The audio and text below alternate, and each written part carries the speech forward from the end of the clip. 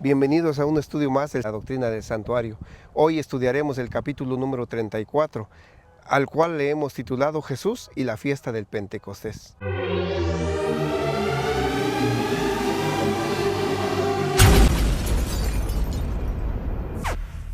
Si has mirado los capítulos anteriores de estos seminarios, notarás que al estudiar el seminario del santuario tenemos que mencionar las fiestas que Dios ordenó a su pueblo que debería celebrar durante un año. Estas eran 7 fiestas que se celebraban en 3 momentos diferentes, distribuidas de la siguiente manera. Las 3 primeras fiestas que se celebraban en la primavera: la Pascua, la fiesta de los panes sin levadura y la fiesta de las primicias. Una fiesta más en el verano, que era la fiesta del Pentecostés, y las 3 últimas fiestas en el otoño, que eran la fiesta de las trompetas, la fiesta de la expiación y la fiesta de los tabernáculos. Cada una de estas fiestas tenían 2 propósitos. Uno era recordarle al pueblo de Israel un evento de su historia, y el otro propósito era mostrarle algo que vendría en el futuro del pueblo de Israel de la antigüedad. En estos últimos 4 capítulos de este seminario del santuario nos hemos dedicado a estudiar todo lo concerniente a la cuarta fiesta que el pueblo de Dios recibió la orden de celebrar, la fiesta del Pentecostés. Hoy empezaremos a estudiar cómo Jesús cumple la fiesta del Pentecostés, porque cada una de las fiestas que Dios ordenó que se celebraran, Jesús las tenía que venir a cumplir, porque esa era la intención de Dios al decirle al pueblo que celebrara esas fiestas. Esa era la intención de Dios al decir al pueblo que construyera un santuario. Para eso servía el santuario, para eso eran las fiestas que Dios ordenó que se celebraran. 50 días después de haber muerto y resucitado Señor Jesucristo, llega a las puertas del santuario celestial. No olvidemos que Jesús, después de haber resucitado, aún sigue siendo humano, pero también hace uso de su poder divino. Jesús es omnipresente. Aunque la Biblia menciona que Jesús al tercer día de haber muerto resucitó y subió a su Padre para entregar las primicias de la resurrección, la Biblia también menciona que Jesús se apareció a muchas personas por un espacio de 40 días. Y posterior a este tiempo viene la fiesta de las semanas o la fiesta del Pentecostés. Y durante la celebración de esta fiesta, 50 días después de que Jesús muere y resucita, sucede algo extraordinario narrado en el libro de los Hechos en el capítulo 2. Una segunda cita bíblica que debemos considerar para comprender lo que está sucediendo en el libro de Hechos 2 es el libro de Jeremías en el capítulo 31. Jeremías 31, 31 al 33, que dice: He aquí que vienen días, dice Jehová, en los cuales haré nuevo pacto con la casa de Israel y con la casa de Judá, no como el pacto que hice con sus padres el día que tomé su mano para sacarlos de la tierra de Egipto, porque ellos invalidaron mi pacto, aunque yo fui como un marido para ellos, dice Jehová. Este es el pacto que haré con la casa de Israel después de aquellos días, dice Jehová.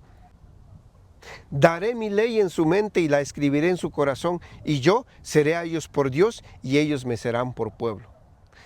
Para poder comprender mejor lo que mencionan estas 2 citas, la de Hechos 2 y la de Jeremías 31, necesitamos recordar lo que sucedió 50 días después de que el pueblo de Israel había salido de la esclavitud de Egipto. Quizás nos preguntemos, ¿por qué debemos ir a la historia de Israel para comprender estas citas bíblicas? La respuesta es simple: porque Jesús viene cumpliendo cada una de las fiestas que el pueblo de Israel celebraba. Toda vez que Jesús está representado en ese Cordero Pascual que fue inmolado desde cuando el pueblo de Israel fue liberado de la esclavitud de Egipto. Luego entonces es importante ir a la historia del pueblo de Israel para que nosotros podamos comprender cómo es que Jesús viene cumpliendo cada una de estas fiestas. Así que recordemos que la historia bíblica dice que 50 días después de haber salido de Egipto, el pueblo de Israel que estaba allí esclavizado, 50 días después llegan al pie del monte Sinaí, en el desierto, y allí el pueblo recibe las tablas de la ley y Dios promulga su ley para su pueblo. Además, hace un pacto ratificándolo con sangre, pero dicho pacto fue roto por el pueblo 40 días después de haberlo pactado. Luego de que el pueblo rompió ese primer pacto realizado al pie del monte Sinaí, 50 días después de que habían salido de la esclavitud de Egipto, Dios, a través del profeta Jeremías, profetizó que llegaría el día en que haría un segundo pacto con su pueblo, toda vez que ellos habían invalidado el primer pacto. Y este segundo pacto consistía en que ahora las leyes las colocaría en sus mentes, dice Jeremías, y en sus corazones, y ellos serían su pueblo y Dios sería su Dios. Él sería su Dios.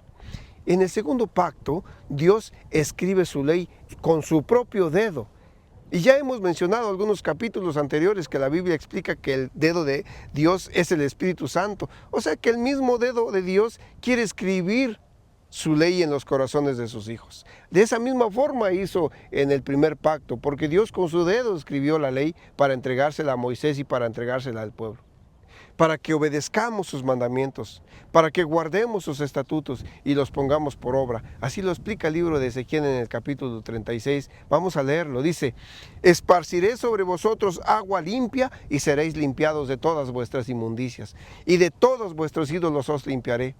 Os daré corazón nuevo y pondré espíritu nuevo dentro de vosotros, y quitaré de vuestra carne el corazón de piedra y os daré un corazón de carne, y pondré dentro de vosotros mi espíritu y haré que andéis en mis estatutos y guardéis mis preceptos y los pongáis por obra. Interesante lo que está diciendo el profeta Ezequiel, hablando de ese segundo pacto que Dios estaba prometiendo que vendría a futuro. Cuando el Señor Jesús iba a ser sacrificado en la noche en la que celebró esa última cena con sus apóstoles, el Señor Jesucristo también habló del segundo pacto y lo dijo de la siguiente manera. Miren, a esto lo podemos encontrar en los evangelios de Mateo, de Marcos, de Lucas. Incluso el apóstol Pablo lo habla en una de las cartas que le dirige a los corintios. Dice que tomando la copa y habiendo dado gracias, les dio diciendo: bebed de ella todos, porque esto es mi sangre del nuevo pacto, que por muchos es derramada para remisión de los pecados. Recordemos que para la remisión de pecados en el santuario terrenal, el sacerdote llevaba en un recipiente la sangre del sacrificio que el pecador había hecho en el atrio, y llevaba esa sangre al lugar santo del santuario. Y al entrar al lugar santo del santuario, el sacerdote mojaba sus dedos dentro de la sangre y esparcía por 7 veces en el velo del templo. Esparcía en el velo del templo esa sangre en dirección donde se encontraban las tablas de la ley dentro del arca del pacto. Este era el velo que separaba el lugar santo del lugar santísimo. Muchos años después, ese velo que separaba el lugar santo del lugar santísimo se rasgó y se abrió en 2 partes cuando Jesús murió. Esto lo dice Mateo en el capítulo 27 y del versículo 51, simbolizando que ya no habría más mediador para el hombre en el santuario. No había más mediador sino Cristo Jesús. Al abrirse el velo del templo, el ser humano ahora, por la sangre de Cristo Jesús, tiene acceso directo al Padre a través de Cristo. Por eso la Biblia dice también: acerquémonos pues confiadamente al trono de la gracia para alcanzar misericordia y hallar gracia para el oportuno socorro. Esto lo dijo Pablo en la carta que le manda a los Hebreos en el capítulo 4. Jesús era ese cordero que en el santuario terrenal moría para el perdón del israelita pecador, y que años después fue físicamente sacrificado para el perdón de los pecados de todo el mundo.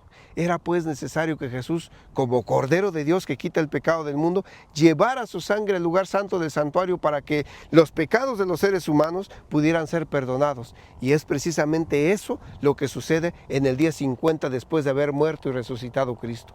Jesús debía entrar al santuario, pero ya no en el santuario terrenal, porque el apóstol Pablo nos lo aclara, que ese santuario terrenal fue solamente sombra de uno que está en el cielo.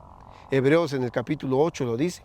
Y en virtud de que Jesús asciende a los cielos, es obvio entender que al llegar al cielo, Jesús llega a las puertas del santuario celestial para continuar con su ministerio en pro de nuestra salvación, en pro de la salvación de los seres humanos. Pero estudiemos bien qué es lo que la Biblia narra que debía suceder para cumplirse esta fiesta del Pentecostés. Es necesario entender una palabra, la palabra ungido. Vamos a empezar por comprender esa palabra. En griego se dice Cristo y en hebreo se dice Mesías. Ambas palabras significan ungido. Así que Cristo quiere decir ungido. Y de la misma manera en que Aarón, el sumo sacerdote que estrenó el santuario terrenal allá en el desierto cuando Dios indicó que se construyera, de la misma manera tenía que ser ungido también el sumo sacerdote que iba a oficiar ahora en el santuario celestial. Para poder usar por primera vez ese santuario terrenal, Aarón fue ungido y el santuario también fue ungido. Y cada una de las áreas y de los muebles que integraban ese santuario también tenían que ser ungidos para poder ser usados. Éxodo 29 lo dice. Jesús también es ungido en las puertas del santuario celestial, y el mismo santuario celestial es necesario que fuese ungido, tuvo que ser ungido. Ahora bien, la Biblia menciona que Jesús no solo es nuestro sumo sacerdote, sino también es nuestro profeta, es nuestro rey. Veamos esto en Deuteronomio en el capítulo 18, dice que Dios le dijo a Moisés: profeta levantaré entre tus hermanos como a ti. Así entonces comprendemos que al llegar al cielo Jesús es ungido como profeta también. Es ungido como sumo sacerdote. De igual forma la Biblia se refiere a Cristo como rey. Hechos en el capítulo 2, en los versículos 34, 35, 33, dice que el Señor Jesucristo tenía que sentarse a la diestra del Padre como rey. Cuando Jesús llega al santuario celestial y Dios le dice al Hijo, siéntate a mi diestra. Entonces Jesús es sentado como rey a la diestra del Padre. Y el Salmo 110, desde los versículos 1 al versículo 3, lo describe en hebreo con esta frase. En hebreo, Adonai dijo a Adonai, que traducido al español quiere decir, Jehová dijo a mi Señor, siéntate a mi diestra hasta que ponga a tus enemigos por estrado de tus pies. Así notamos que Jesús al llegar al cielo debía iniciar la siguiente fase de su ministerio, ahora como sacerdote, como profeta y como rey. Para entender cómo es que Jesús es nuestro rey, debemos mirar la historia del libro de Hechos en el capítulo 2, y allí vemos que el apóstol Pedro dirige un extraordinario sermón desde el aposento alto. Así que para entender cómo es que Jesús es ungido también como nuestro rey, pues debemos leer el libro de Hechos en el capítulo 2. Vamos a leerlo desde el versículo 29, que dice ahí de la siguiente manera. Pedro, puesto de pie, dice, varones hermanos, se os puede decir libremente del patriarca David que murió y fue sepultado, y su sepulcro está con nosotros hasta el día de hoy. Pero siendo profeta y sabiendo que con juramento Dios le había jurado de su descendencia en cuanto a la carne, levantaría al Cristo para que se sentase en su trono. Viéndolo antes, habló de la resurrección de Cristo, que su alma no fue dejada en el Hades, ni su carne vio corrupción. A este Jesús, dice Pedro, a este Jesús resucitó Dios, de lo cual todos nosotros somos testigos. Así que, exaltado por la diestra de Dios y habiendo recibido del Padre la promesa del Espíritu Santo, ha derramado esto que vosotros veis y oís hoy. Porque David no subió a los cielos, pero él mismo dice, dijo el Señor a mi Señor, siéntate a mi diestra, que es el salmo que leímos hace ratito, hasta que ponga a tus enemigos por estrado de tus pies. Sepa pues ciertísimamente toda la casa de Israel que a este Jesús, a quien vosotros crucificasteis, Dios le ha hecho Señor y Cristo. Mire nada más, cuando Pedro menciona a David diciendo que su sepulcro está el día de hoy con nosotros, seguramente está señalando el lugar en el que se encuentra aún la tumba de David, que precisamente está allí en el aposento alto, desde donde está Pedro dando su discurso. Y sigue diciendo Pedro que Cristo se sentó a la diestra de Dios y que fue ungido, porque dice el versículo 33, recibió del Padre la promesa del Espíritu Santo, exaltado a su diestra. Entonces Dios lo exaltó y lo sentó a su diestra y le dio la promesa del Espíritu Santo. De modo que el que recibió la promesa del Padre, entonces fue Jesús. Y como Jesús recibió la promesa del Espíritu Santo, entonces Él lo derramó a los discípulos que estaban en el aposento alto ese día del Pentecostés. Pero no debemos olvidar que Cristo significa ungido y que Cristo recibió la promesa del Espíritu Santo y que el ungimiento se hacía con aceite y que el aceite es símbolo del Espíritu Santo. Así que en el día del Pentecostés, 50 días después de que Cristo murió y resucitó, lo que pasó en el cielo era mucho más importante de lo que pasó en la tierra. El día del Pentecostés en el Salmo 110 se le llama el día del poder de Cristo. Pedro dice que esto sucedió en el día del Pentecostés y Pablo explica por qué fue que se le dijo, siéntate a mi diestra. También aclaremos que Hebreos en el capítulo 7 nos recuerda que Jesús es nuestro sumo sacerdote. Y en los versículos 22 de Hebreos 7 vemos el nuevo pacto, donde dice, juró el Señor y no se arrepentirá. Esto pasó cuando lo sentó a su diestra.